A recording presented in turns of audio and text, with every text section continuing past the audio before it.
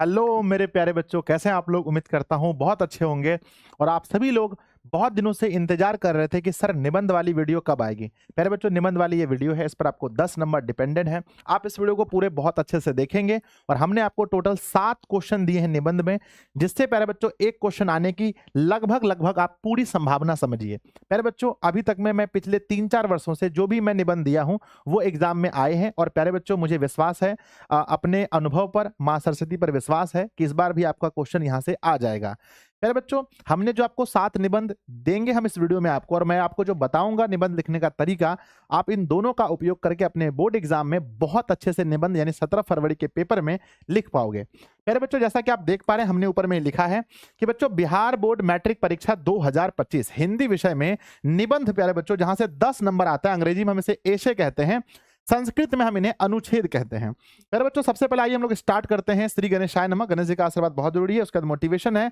बुरी बात यह है कि समय कम है और अच्छी बात यह है कि अभी भी समय है। अभी भी जब आप इस वीडियो को देख रहे हैं, आपके पास जो भी टाइम बचा है उस टाइम को यूटिलाइज कीजिए और प्यारे बच्चों सेल्फ स्टडी पर अधिक से अधिक अपना ध्यान दीजिए। याद रखिएगा, आपका सेल्फ स्टडी जितना काम आने वाला है वो कुछ भी उतना और कुछ भी काम नहीं आने वाला है। इसलिए अपने ऊपर विश्वास कीजिए बच्चों, मोटिवेट रहिए, है ना, बहुत ज्यादा मोटिवेट रहिए और अच्छे से घर पर स्टडी कीजिए। आइए, सबसे पहले बच्चों निबंध होता क्या है, पहले इसके बारे में जानिए कि निबंध के विषय में। बच्चों, निबंध की अगर हम बात करें तो निबंध का मतलब होता है ऐसे, यानी आप इस विषय पर क्या कहना चाहते हैं, आपको इस विषय पर कितना ज्ञान है, ये डिपेंड करता है ना, कि बच्चों आप कैसा निबंध लिखेंगे, ये सीधा सीधा डिपेंड करता है कि आप उस टॉपिक के बारे में कितना ज्यादा जानते हैं। अगर आपसे कोई पूछे बच्चों कि आप अपने बारे में लिखो, अगर आपसे पूछा जाए कि आप अपने बारे में लिखिए, तो मुझे लगता है मेरे बच्चे कम से कम आप 1000 शब्दों में लिख पाएंगे। अगर आपसे कोई पूछे कि आप अपने पापा जी के बारे में लिखिए, तो हो सकता है कि आप अपने पापा जी के बारे में भी 1000 शब्दों में लिख पाएं। अगर पूछे कि है ना आप दिशा ऑनलाइन क्लासेस के बारे में लिखिए, तो आप यहां पर भी 500 शब्दों के बारे में ना 500 शब्दों में लिख पाएंगे। लेकिन अगर आपसे कोई पूछे बच्चों, एक नाम दिया जाए कि बताओ भाई, है ना, रेणु देवी के बारे में लिखिए, जिसके बारे में आपने कभी सुना ही नहीं है, तो आप इसके विषय में क्या लिखोगे, है ना। तो सर, जिसके विषय में हम कभी सुने ही नहीं है उसके विषय में हम क्या लिखें। तो कहने का मतलब है कि निबंध में बच्चों हम उसके विषय में अधिक से अधिक लिख पाएंगे जिसके विषय में हमें जानकारी होगी। तो प्यारे बच्चों, निबंध आप जानते हैं कि आपको दीपावली के बारे में पूछा जाएगा, है ना। तो अगर आपको निबंध दीपावली के बारे में पूछा जाएगा तो आपको दीपावली के बारे में अधिक से अधिक नॉलेज होना चाहिए कि दीपावली पर्व, है ना, कौन सा पर्व है, ये कब मनाया जाता है, क्यों मनाया जाता है, किस महीने में मनाया जाता है, इस दिन क्या क्या होता है। नेक्स्ट बच्चों, मान लीजिए कि होली, तो होली के विषय में आपको पता होना चाहिए, इस पर्व के विषय में अधिक से अधिक नॉलेज आपके पास होना चाहिए। मान लो बच्चों अनुशासन, तो अनुशासन किसे कहते हैं, इसके विषय में आपके पास अधिक से अधिक नॉलेज चाहिए। अगर बच्चों मान के चलो परोपकार, तो परोपकार के विषय में पता होना चाहिए आपके बच्चों। पर्यावरण, पर्यावरण के विषय में पता होना चाहिए। प्रदूषण पूछा गया है, प्रदूषण के विषय में, है ना, तो प्रदूषण के विषय में अधिक से अधिक नॉलेज होना चाहिए। अब आप ये बताओ कि नॉलेज कहां से आएगा। क्या बच्चों मैं आपके अंदर ये चीज लोड कर दूंगा? कोई ऐसा चीज है कि मैं बच्चों तुरंत आपके दिमाग में नॉलेज लोड कर सकता हूं? नहीं गुरुजी। ये चीज कहां से आता है?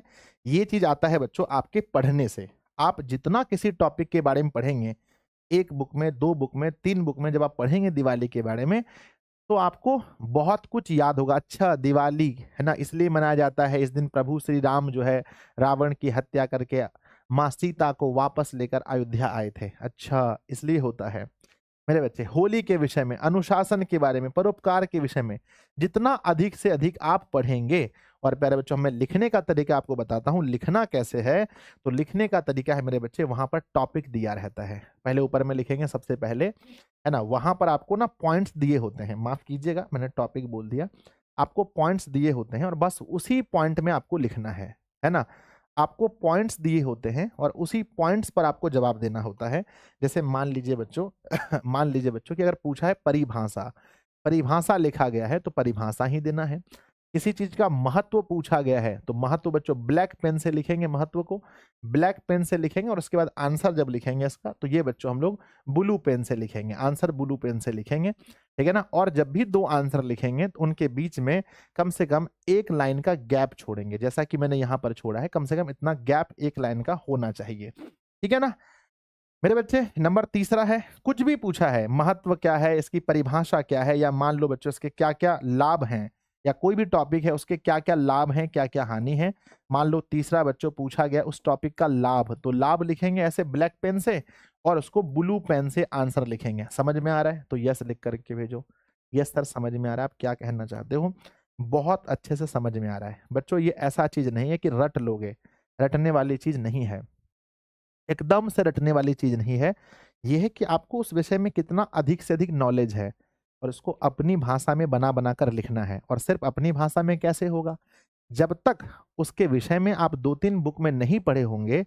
अरे बच्चों जब आजकल इंटरनेट का जमाना है, आप इंटरनेट के माध्यम से मुझे देख पा रहे हैं, इंटरनेट के माध्यम से मैं क्या बोल पा रहा हूं आप उसको सुन पा रहे हैं, देख पा रहे हैं। तो मेरे बच्चे आपको जिस टॉपिक पर, मैं आपको 7 टॉपिक देता हूं, इन 7 टॉपिक के बारे में आंसर भी मैं लिख कर दिया हूं। आप इसके आंसर को देखेंगे, ये 7 टॉपिक के विषय में मैंने आंसर लिख के दिया है, आंसर को देखेंगे और फिर प्यारे बच्चों हम कोशिश करेंगे कि इसको इंटरनेट पे भी हम लोग अच्छे से पढ़ पाएं, इंटरनेट पे भी हम इसको अच्छे से पढ़ पाएं। तो नंबर 1 सबसे पहला क्या है, निबंध। बच्चों देखेंगे तो सबसे पहला निबंध जो मैंने दिया है, और ये 7 हमने ऐसे चुना कि मोस्ट रिपीटेड सवाल हैं, बहुत बार ये सवाल पूछे गए हैं, इसकी संभावना है पूछने की। तो सबसे पहला है बच्चों वृक्षारोपण। वृक्षारोपण पर आपको निबंध लिखना पड़े 2025 में, इसके पॉइंट दिए हैं। पहला भूमिका, दूसरा वृक्ष का महत्व, तीसरा इसका लाभ, चौथा कटाई से होने वाली हानि, और पांचवा निष्कर्ष। तो आपका जो आंसर होना चाहिए ये 5 पॉइंट में होना चाहिए। आपको बहुत अच्छे से पता है कि आपको 250 से लेकर के 300 शब्दों के बीच लिखना पड़ता है, 250 से 300 शब्दों के बीच लिखना पड़ता है। जैसे देखिए बच्चों भूमिका, वृक्षारोपण की भूमिका में हमें बताना पड़ता है वृक्षारोपण किसे कहते हैं। भूमिका मतलब समझो उसकी परिभाषा और उसके बारे में थोड़ा बहुत चीज जानकारी देना। पूछा बच्चों भूमिका वृक्षारोपण का, वृक्षारोपण का शाब्दिक अर्थ होता है वृक्ष लगाकर उन्हें उगाना, इसका प्रायोजन करना, है ना इसका प्रायोजन करना।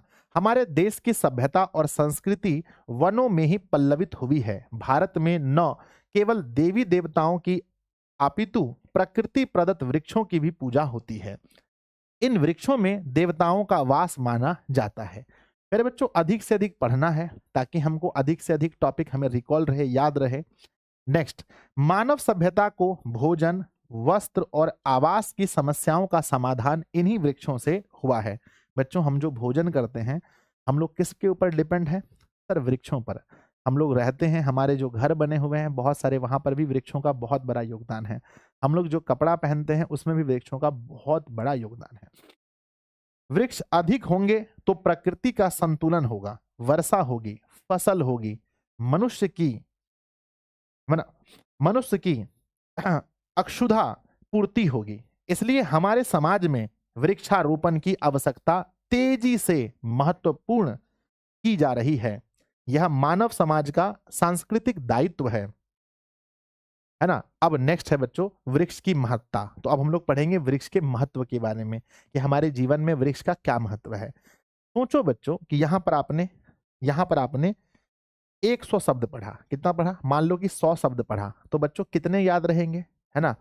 100 शब्द अगर हम वृक्ष के बारे में पढ़ेंगे तो बच्चों सोचो हमें कितने याद रहेंगे, 50, 20, है ना। अगर बच्चों सोचो कि यहां से अगर 50, 100 पढ़ने के बाद अगर 20 भी याद रहे कि इसमें महत्व में क्या लिखा था बच्चों, और हमने अगर 2 बुक से पढ़ लिया या हमने इंटरनेट से भी पढ़ लिया और यहां से भी पढ़ लिया, तो सोचो कम से कम 20-20 मिलकर कितने हो जाएंगे, 40 हो जाएंगे, ठीक है ना। इसलिए अलग अलग जगह से मैं पढ़ना, है ना अलग अलग बुक से या अलग अलग, है ना, जगह से, जैसे इंटरनेट से हो गया और एक मैंने लिख के दिया है, ताकि आपको इस टॉपिक के बारे में अधिक से अधिक जानकारी हो।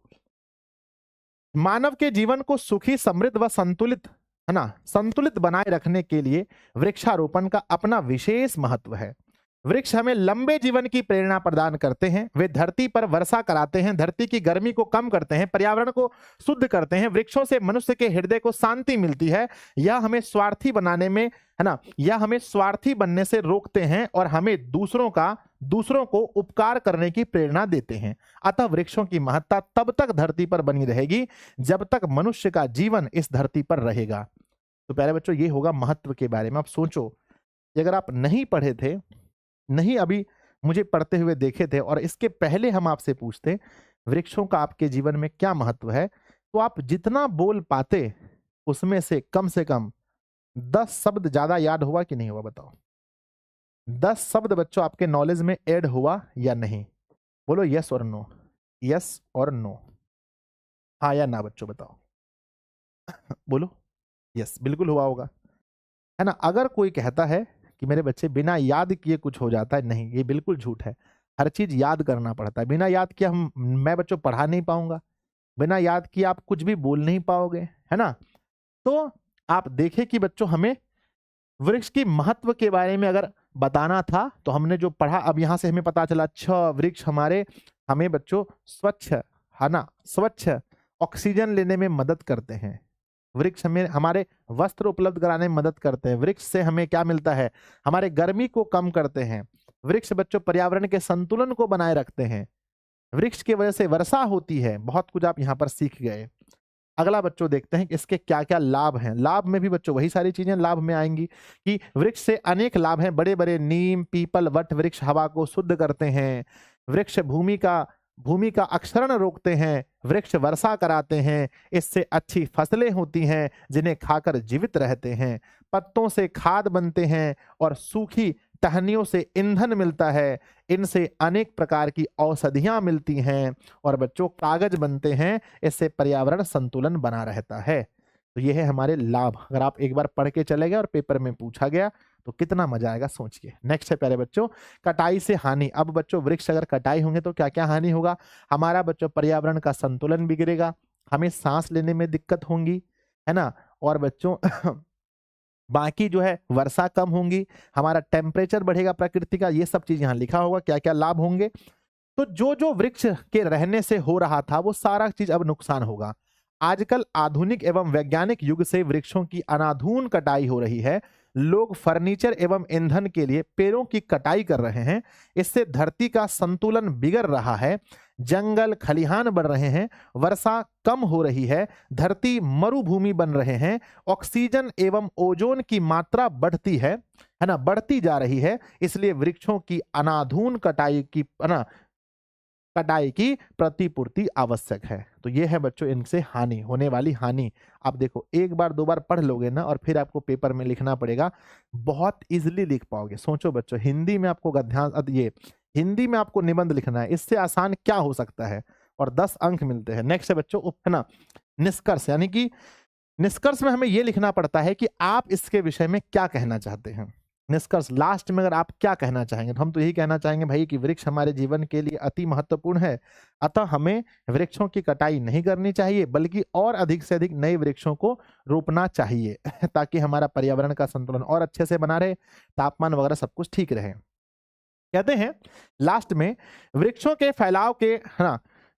फैलाव के सिमटने का कारण बढ़ती हुई जनसंख्या है। अब हमें वनों का है ना नंगापन और भवनों में 10 मंजिला ऊंची इमारतें नजर आती हैं। आज का स्वार्थी मानव पेड़ को काटता गया लेकिन पेड़ लगाना भूल गया। इसलिए आवश्यकता है कि जितने पेड़ काटे जाएं उससे कहीं अधिक रोपे जाएं। वृक्षों की रक्षा करना प्रत्येक नागरिक का कर्तव्य है। अपने और अपने वाली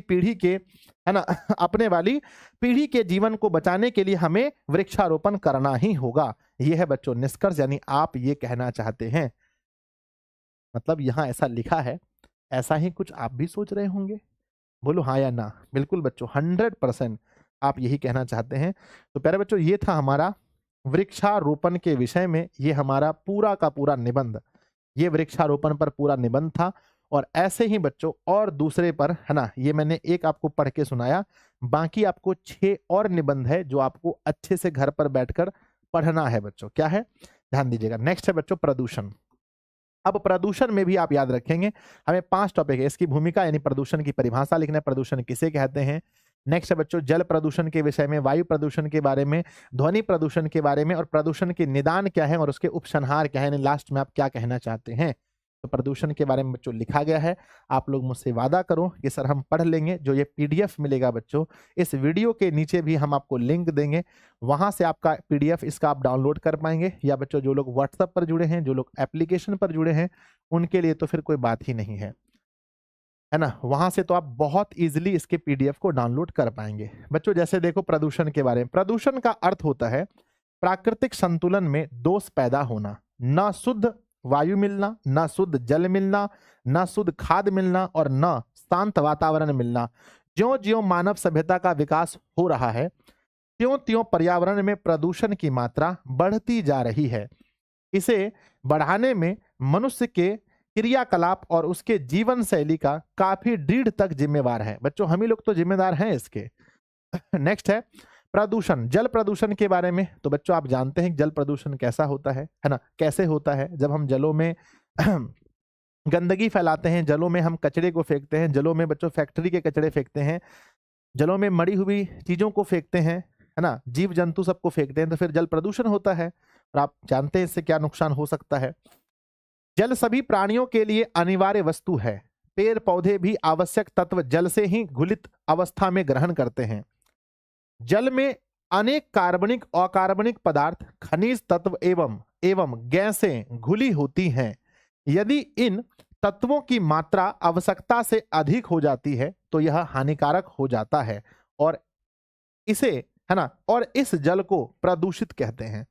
बच्चों या है ना, यानी आप सीधा कह सकते हैं अगर जल में अनावश्यक पदार्थ, अवांछनीय पदार्थ की मात्रा बढ़ जाती है तो हम इसे जल प्रदूषण कहते हैं। नेक्स्ट है बच्चों वायु प्रदूषण। तो यहाँ पर वायु प्रदूषण के बारे में अच्छे से लिखा गया है वायु प्रदूषण के विषय में कि वायु प्रदूषण सबसे अधिक व्यापक और हानिकारक है। वायुमंडल में सभी तरह के गैसों की मात्रा निश्चित रहती है और अधिकांशतः ऑक्सीजन और नाइट्रोजन होते हैं। श्वसन, अपघटन और सक्रिय ज्वालामुखियों से उत्पन्न गैसों की अतिरिक्त हानिकारक गैसों की सर्वाधिक मात्रा मनुष्य के कार्यकलापों में से उत्पन्न होती है।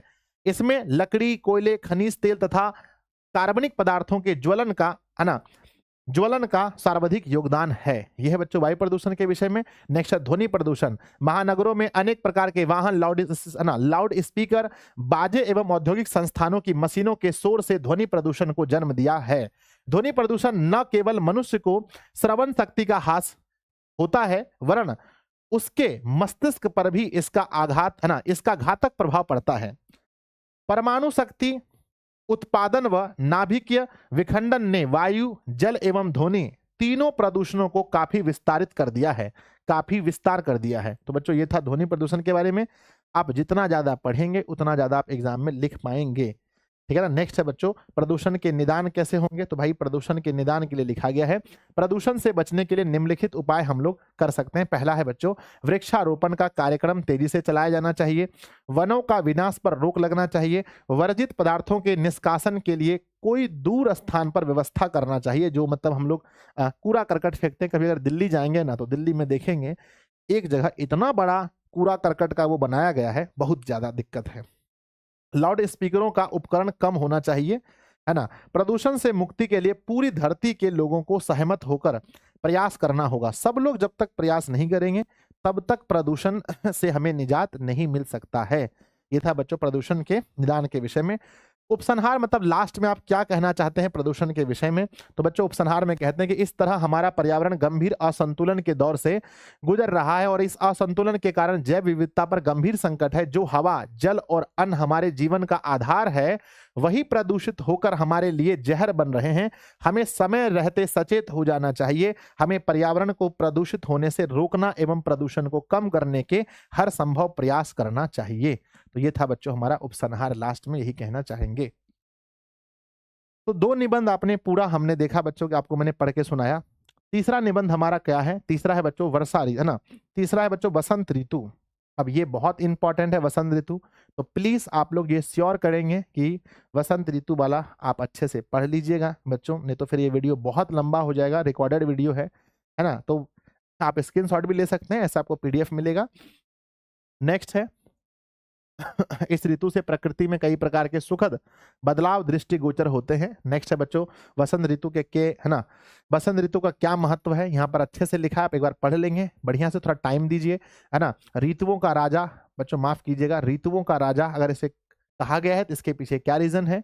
नेक्स्ट है बच्चों सदाबहार मौसम, तो इसके बारे में लिखना है कि सदाबहार मौसम जो इस ऋतु में होते हैं। नेक्स्ट है प्यारे बच्चों उपसंहार, यानी इस ऋतु के विषय में आप क्या कहना चाहते हैं। तो हम कहना चाहते हैं भैया कि बसंत ऋतु मनमोहक ऋतु होती है। हवा में गुलाब, गेंदा, सूरजमुखी, सरसों आदि के फूलों की सुगंध और मादकता का प्रवेश होने लगता है। यह स्वार्थवर्धक है और बच्चों प्रसन्नता कारक है। निष्कर्षतः बसंत ऋतु सभी ऋतुओं का राजा है। ठीक है ना। नेक्स्ट बच्चों अगला आपके लिए इंपॉर्टेंट सरस्वती पूजा, बहुत इंपॉर्टेंट है, 2 साल से लगातार पूछा जा रहा है सरस्वती पूजा। तो हमें उम्मीद है 2025 में भी आएगा, तो आप सरस्वती पूजा के बारे में बहुत अच्छे से पढ़ लीजिएगा। प्रारंभ कैसे होता है सरस्वती पूजा का, ध्यान दीजिए। कहते हैं बच्चों माँ सरस्वती विद्या, ज्ञान और कला की देवी है।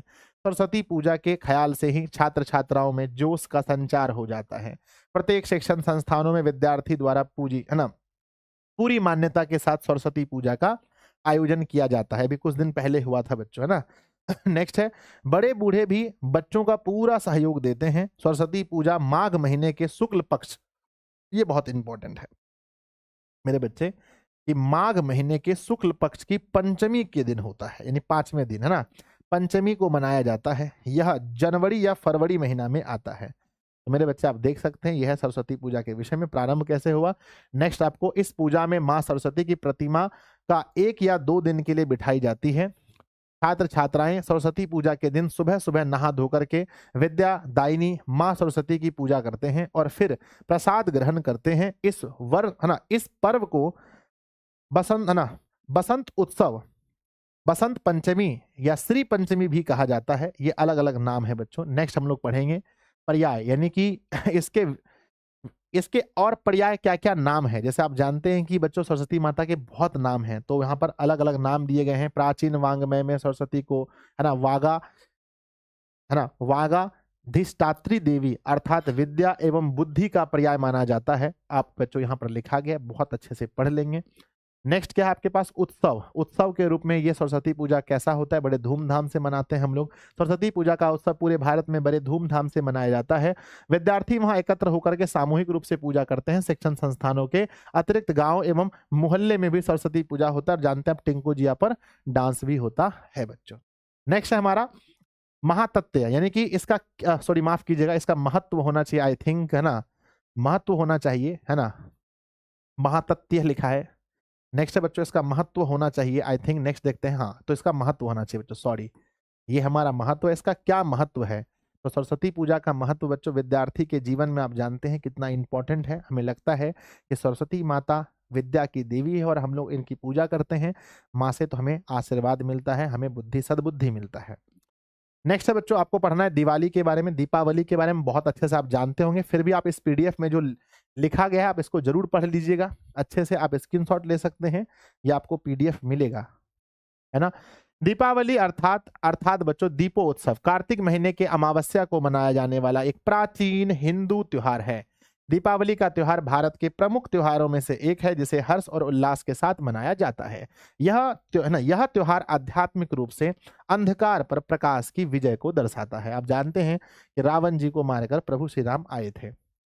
दीपावली का क्या महत्व है बच्चों आप बहुत अच्छे से जानते हैं, फिर भी पढ़ लेते हैं। भारतवर्ष में मनाए जाने वाला इस त्योहार का सामाजिक, आर्थिक और धार्मिक रूप से अत्यधिक महत्व है। अंधकार पर प्रकाश की विजय का यह पर्व समाज में उत्साह, भाईचारे व प्रेम का संदेश फैलाता है। तमसो मां ज्योतिर्मय। दीपावली के अवसर पर घर पर आसपास के परिवेश को विशेष रूप से स्वच्छ किया जाता है जो स्वास्थ्य के लिए लाभकारी होता है। दीपावली स्वच्छता व प्रकाश का पर्व है। नेक्स्ट है मेरे विद्यार्थी जी, दिवाली का प्रारंभ कैसे हुआ था इस विषय में लिखा गया है, तो आप यहाँ पर पढ़ सकते हैं दिवाली का प्रारंभ कैसे हुआ। नेक्स्ट है बच्चों पूरा उसी के विषय में लिखा गया है। नेक्स्ट है निष्कर्ष, यानी दिवाली के बारे में आप क्या कहना चाहते हैं। हम कहना चाहते हैं बुराई पर अच्छाई की जीत। यह त्योहार प्रत्येक वर्ष देश विदेश में पूरे हर्षोल्लास के साथ मनाया जाता है। यह एक ऐसा विशिष्ट पर्व है जो धार्मिक, सांस्कृतिक व सामाजिक विशिष्टता रखता है। यह पूरे भारतवर्ष में एकता के प्रतीक के रूप में देखा जाता है। बच्चों बहुत प्यार से आप लिख सकते हैं दिवाली के बारे में, है ना।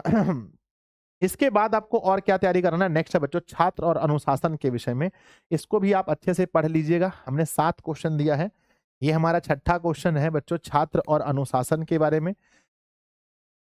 दिया गया भूमिका, अनुशासन का महत्व, अनुशासन का मार्गदर्शन और उपसंहार। 4 पॉइंट्स दिए गए। पहले भूमिका में क्या लिखना है, सृष्टि के रचयिता ने जिस सृष्टि की रचना की है वह इतनी नियम पूर्वक चलती है कि उसके एक एक क्षण का परिवर्तन निश्चित समय पर होता है। सूर्य और चंद्रमा का चमकना, दिन और रात का होना, पेड़ पौधे पर फल फूल लगना आदि, ये सब कार्य इतने नियमित और निश्चित समय पर होते हैं जिन्हें देखकर आश्चर्य होता है। सृष्टि का समस्त कार्य एक निश्चित नियंत्रण या अनुशासन के अधीन चल रहा है। अनुशासन शब्द को 2 शब्दों के मेल से बना है बच्चों। पहला है अनु तथा दूसरा है शासन। इसका तात्पर्य होता है शासन का अनुसरण करना, अर्थात शासन के नियमों का पालन करना तथा उसके नियंत्रण में रहना। अनुशासित जीवन को ही सभ्य जीवन कहा गया है। छात्र जीवन में तो अनुशासन की बहुत अधिक महत्व है। तो अनुशासन के बारे में पढ़ लीजिए बच्चों, इंपॉर्टेंट क्वेश्चन है। अनुशासन का क्या महत्व है देखिए बच्चों, अनुशासन अगर आपके जीवन में नहीं होगा तो आप कुछ भी नहीं कर पाएंगे। हम लोग यहाँ तक नहीं पहुंच पाते। आप जितना भी अंक लेकर आएंगे उसमें अनुशासन का बहुत बड़ा महत्व है। अनुशासन का मार्गदर्शन आप देख सकते हैं, तो यहाँ पर बच्चों आप पढ़ सकते हैं, स्क्रीनशॉट ले लीजिए, जरूर पढ़ लीजिएगा, ठीक है ना। 100% पढ़ना है आपको। नेक्स्ट आपका है बच्चों उपसंहार, यानी अनुशासन के विषय में आप क्या कहना चाहते हैं, ठीक है ना। यहाँ पर देखो हमने पहले ही बोला ये लिखा बहुत बड़ा बड़ा है, लेकिन आपको अगर आप इसको पढ़ेंगे तो आपको जितना भी याद रहे, चाहे 5 लाइन, हर टॉपिक में अगर 2 लाइन भी याद है उसको जोड़ के आप लिख लेंगे, ठीक है। लास्ट है बच्चों मेरा प्रिय खेल। मेरा प्रिय खेल बच्चों, यहाँ पर फुटबॉल दिया गया है, लेकिन हो सकता है कि मेरा प्रिय खेल बच्चों आप जो आपका प्रिय खेल है उसके विषय में आप लिख सकते हैं। ये भी क्वेश्चन एग्जाम में आ चुका है। भूमिका है, लाभ है, निष्कर्ष है। बच्चों मेरा प्रिय खेल यानी जिस खेल के बारे में आपका प्रिय खेल है उसके बारे में पहले आपको लिखना है खेल के बारे में, और फिर अपना खेल के बारे में आपको बताना है। जैसे कि यहाँ पर लिखा गया है कि बच्चों स्वस्थ जीवन और सफलता के लिए एक व्यक्ति को शारीरिक और मानसिक स्वास्थ्य की आवश्यकता होती है। नियमित शारीरिक गतिविधियों में शामिल होने के लिए खेल सबसे अच्छा तरीका है, ठीक है ना। उसके बाद बच्चों खेल के बारे में, यूं तो भारत में कई प्रकार के खेल प्रचलित हैं, इसमें से प्रमुख है बच्चों हमारा फुटबॉल, टेनिस, बैडमिंटन तथा क्रिकेट। वर्तमान समय में क्रिकेट सर्वाधिक लोकप्रिय है, परंतु यह खर्चीला और उबाऊ है। इसमें समय की बर्बादी भी होती है, इसलिए मेरा प्रिय खेल फुटबॉल है। बच्चों क्रिकेट में क्या होता है ना, जब आप खेलोगे ना तो आपको मतलब एक ही बार बैटिंग करने मिलेगा, और अगर कहीं आप आउट हो गए तो फिर मतलब फर्स्ट बॉल में भी आउट हो गए। कितने बच्चे फर्स्ट बॉल में आउट हुए मुझे बताना। पहले ही बॉल में अगर आप आउट हो गए तो सारा मजा खेल कर खराब हो जाता है। और अगर आपको बॉलिंग करने के लिए, अगर आप बॉलर नहीं है, आप सिर्फ बैट्समैन है और फील्डर है, तो समझो बच्चों एक बॉल खेलने आए और बहुत खतरनाक बुलाया, फर्स्ट बॉल को ही रोके आउट हो गए। कई बार मेरे साथ ऐसा हुआ था। ऐसे मैं बच्चों अपने समय का ऑलराउंडर रह चुका हूँ। ऑलराउंडर मतलब गांव में हर कोई ऑलराउंडर ही होता है। तो हम लोग बॉलिंग भी करते थे, बैटिंग भी करते थे। तो कई बार क्या होता था ना, अगर हम बैटिंग में आउट हो जाते थे ना जल्दी, तो कहते थे देखना हम 3-4 ओवर हम अकेले फेंकेंगे, क्या हम बैटिंग में आउट हुए हैं। ऐसा लगता था जैसे आउट होने पर घूस मिलना चाहिए मुझे, ठीक है ना। नेक्स्ट मेरे विद्यार्थी जी, इसके बारे में आप जिस भी खेल के बारे में आप लिखना चाहते हैं आपको बहुत अच्छे से ज्ञान होना चाहिए, है ना। तो एक खेल के बारे में अच्छे से पढ़ लीजिएगा, है ना, तो आपका हो जाएगा निश्चित तौर पर। और घर पर आप 1-2 बार प्रैक्टिस जरूर कीजिए। इसके अलावा अगर 8वां मैं देना चाहूँ तो बच्चों मेरे प्रिय कवि, है ना, मेरे प्रिय, है ना, मेरे प्रिय कवि। बच्चों क्या लिखना है, मेरे प्रिय कवि। मेरे प्रिय कवि या बच्चों हो सकता है लेखक, ये भी आ सकता है, ये भी आ सकता है, ये भी क्वेश्चन आ सकता है ना। 8वें नंबर पे ध्यान रखिएगा, ये भी सवाल आने के पूरे चांसेस। और बहुत सारे बच्चे कुंभ मेला बोलते हैं, सर कुंभ पर आएगा क्या, हो सकता है, ज्यादा चांस मुझे नहीं लगता है कुंभ पर, है ना। तो ये 8 मेरे प्रिय कवि या मेरे प्रिय लेखक को आप एक बार अच्छे से देख लीजिएगा। बाकी आप लोग मुझसे वादा कीजिए कि सर इस पीडीएफ को मैं 2 बार 3 बार अच्छे से मैं पढ़ूंगा, या अपने किताब में ही जो जो मैंने बताया है, मेरे प्रिय फुटबॉल को, मेरे प्रिय खेल, माफ कीजिएगा बच्चों फुटबॉल है। नेक्स्ट है हमारा छात्र और अनुशासन, इसको देख लीजिएगा अच्छे से। और इसके पहले मैंने बताया बच्चों दीपावली, और उसके पहले सरस्वती पूजा, है ना, और फिर मेरे बच्चे ऋतुओं, ये बसंत ऋतु, और फिर क्या था हमारा प्रदूषण, और प्रदूषण से पहले क्या था भैया, वृक्षारोपण, एक और हो सकता है होली। तो 9 हो गया सर जी, 10 पुरा दीजिए। नहीं बच्चों 10 नहीं पुराते हैं ना, होली हो गया, ठीक है ना, होली। तो 9 पूरे के पूरे हो गए। इसको आप देख लीजिएगा, इसमें से कोई एक रहने का मेरा अनुभव कहता है कि इसमें से कोई एक रहेगा। मेरे बच्चों होने का कुछ भी हो सकता है कि एक नहीं इसमें से 2-3 क्वेश्चन आ जाए, ऐसा भी हो सकता है कि नहीं भी आए, क्योंकि आप जानते ही हैं कि बच्चों परीक्षा मतलब होता है पर की इच्छा, उसमें आपका और मेरा कुछ नहीं चलता है, बस हम लोग तैयारी करके जाते हैं। तो आप लोग ऐसे पढ़ने का तो बहुत सारे निबंध पढ़ लीजिएगा, परंतु जो 9 निबंध हमने बताए हैं पहले उन निबंधों को अच्छे से पढ़ लीजिएगा, बाकी समय मिले और निबंध को भी पढ़ लीजिएगा। हम उम्मीद करते हैं आपकी तैयारी बहुत अच्छी हो रही होगी और मैं वीडियो के माध्यम से जितना भी आप लोग का मदद कर पा सक रहा हूं तो मैं अपने आप को बहुत सौभाग्यशाली समझता हूं। तो बच्चों आपको ये वीडियो कैसा लगा प्लीज कमेंट बॉक्स में लिखिएगा। निबंध के बारे में आपको अधिक से अधिक नॉलेज होना चाहिए, जिस टॉपिक पर आपको लिखना है 5 ऑप्शन दिए रहेंगे, उनमें से किसी एक पर लिखना है, वही ऑप्शन चूज कीजिएगा जिसके बारे में आपको ज्यादा नॉलेज हो, और फिर अच्छी हैंडराइटिंग के साथ ब्लैक पेन से पॉइंट ब्लू पेन से लिखना है, और जितनी अच्छी हैंडराइटिंग से आप लिखेंगे उतना अच्छा आपको नंबर मिलेगा। मिनिमम नंबर 8, मैक्सिमम 10 में से 10 भी मिलता है। तो बच्चों जरूर कमेंट कीजिए कैसा लगा, अपने दोस्तों में शेयर कीजिएगा। इसका पैनल पीडीएफ इस वीडियो के नीचे लिंक में मिलेगा, या आपको व्हाट्सएप चैनल से मिल सकता है या दिशा ऑन क्लास के ऐप पर। मिलते हैं फिर किसी अगले वीडियो में, तब तक के लिए धन्यवाद। जय हिंद।